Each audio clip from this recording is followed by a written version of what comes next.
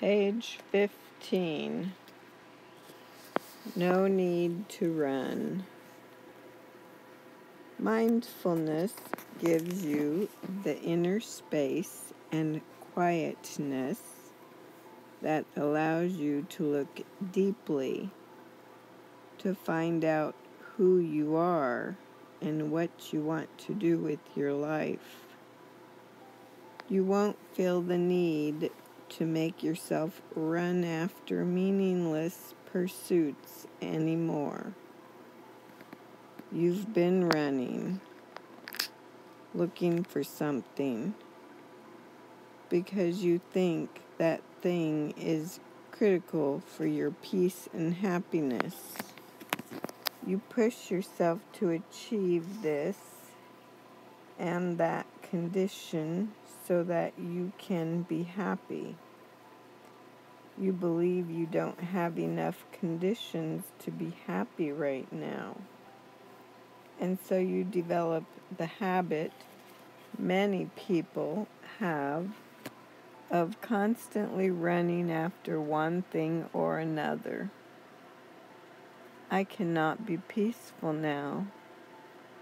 I cannot stop and enjoy things now because I need more conditions before I can be happy.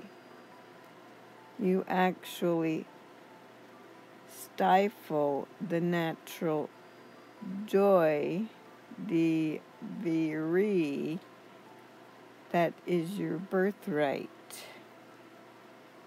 But life is full of wonders, including wondrous sounds. If you can be here, if you can be free, then you can be happy right here and right now. You don't have to run anymore. The practice of mindfulness is very simple. You stop. You breathe. And you still your mind. You come home to yourself so that you can enjoy the here and the now in every moment. All the wonders of life are already here. They're calling you. If you can listen to them, you will be able to stop running.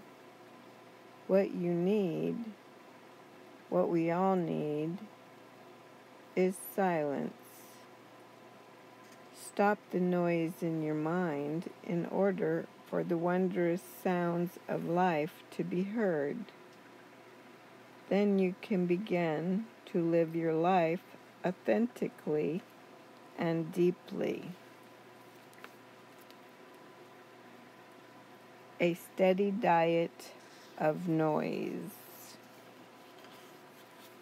Unless you live alone in the mountains without electricity, chances are you're absorbing a constant stream of noise and information all day long without interruption. Even if no one is speaking to you and you're not listening to the radio or some other sound system, there are billboards, telephone calls, text messages, social media, computer screens, bills, flyers, and many other ways that words and sounds reach us. It sometimes can be impossible to find a corner of an airport boarding area without a television blaring. Many people's morning commute is spent absorbing tweets, text, news, games, and updates on their phones. Even in those rare moments when there is no sound, text, or other information coming in from outside. Our heads are filled with a constant loop of thoughts.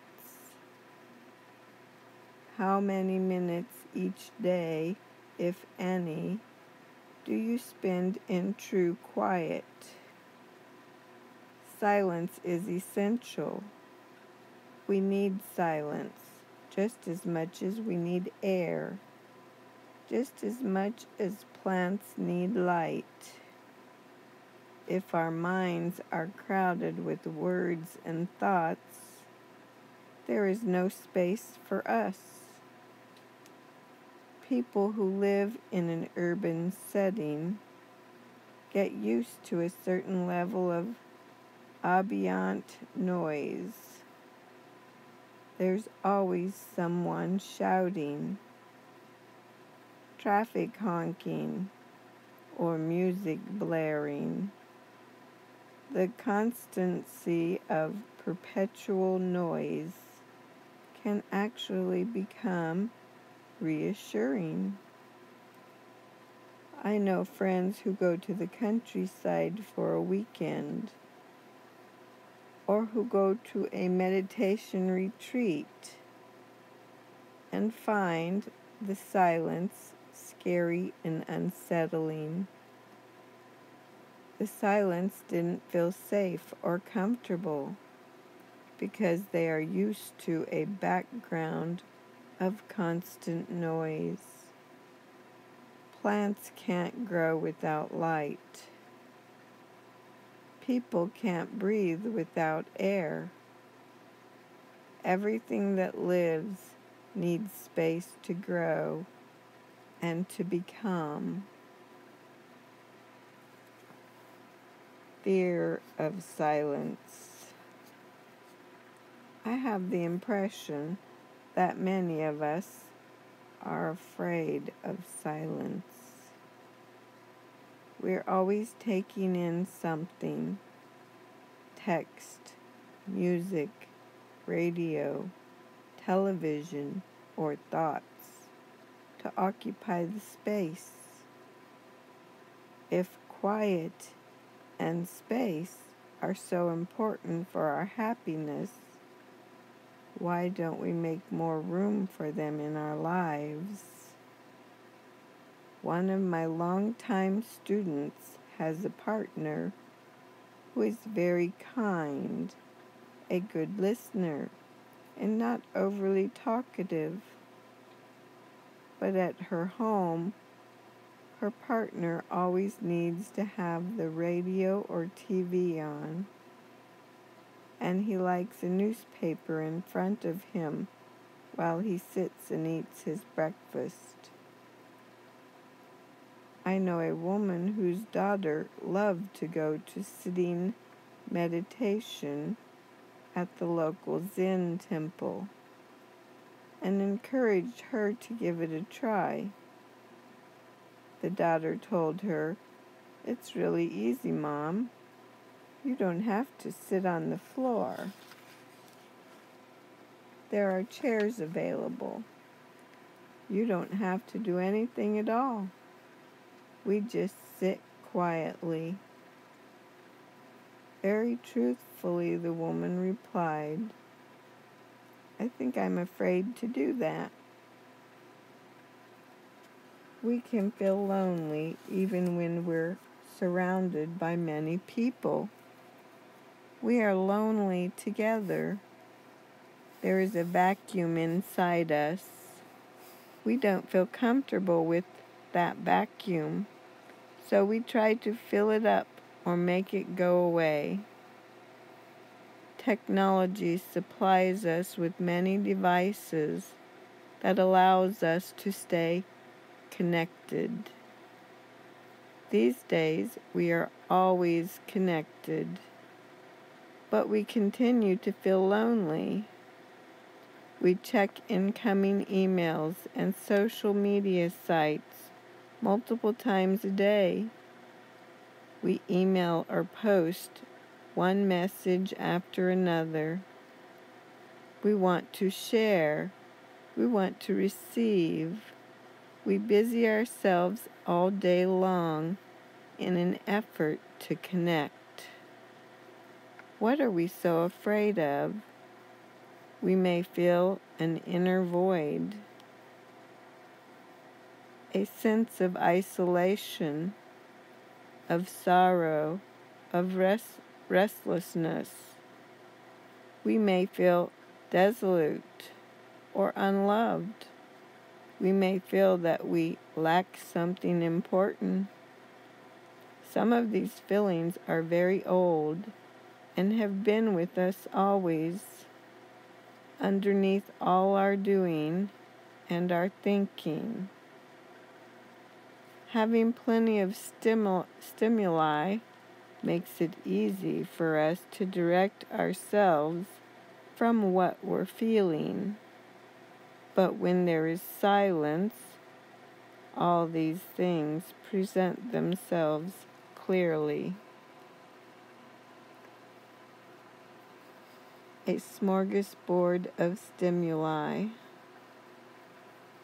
All the sounds around us and all the thoughts that we're constantly replaying in our minds can be thought of as a kind of food.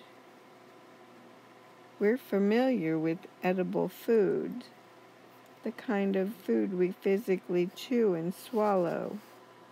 But that's not the only kind of food we humans consume. It's just one kind. What we read, our conversations, the shows we watch, the online games we play, and our worries, thoughts, and anxieties are all food. No wonder we don't have space in our consciousness for beauty and silence.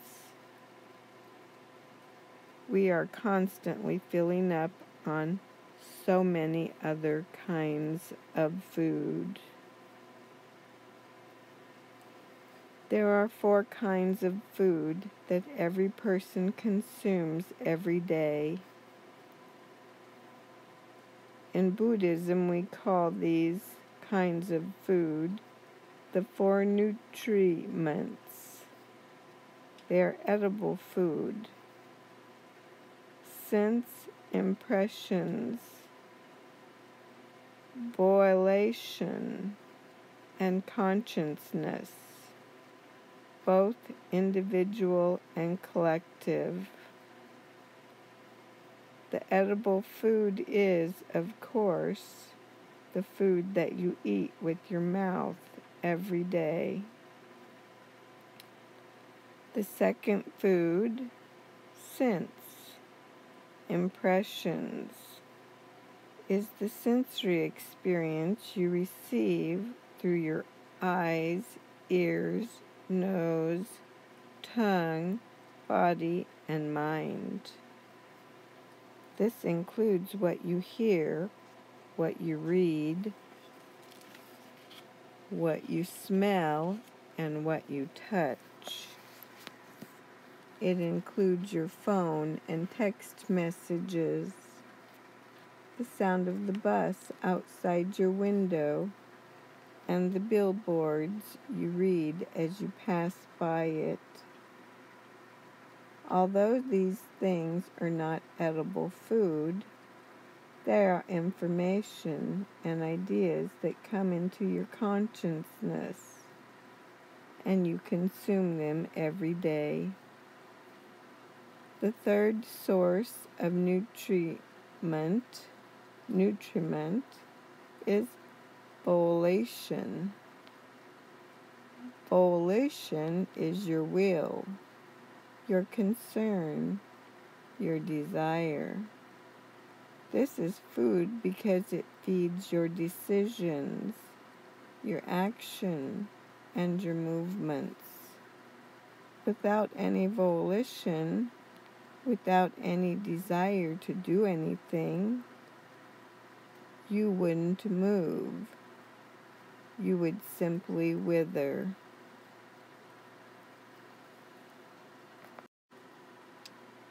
The fourth kind of food is consciousness. This food includes your individual consciousness and the way your mind feeds itself and feeds your thoughts and actions. It also includes collective consciousness and how it affects you. All of the foods can be healthy or unhealthy, nourishing or toxic, depending on what we consume, how much we consume, and how aware we are of our consumption.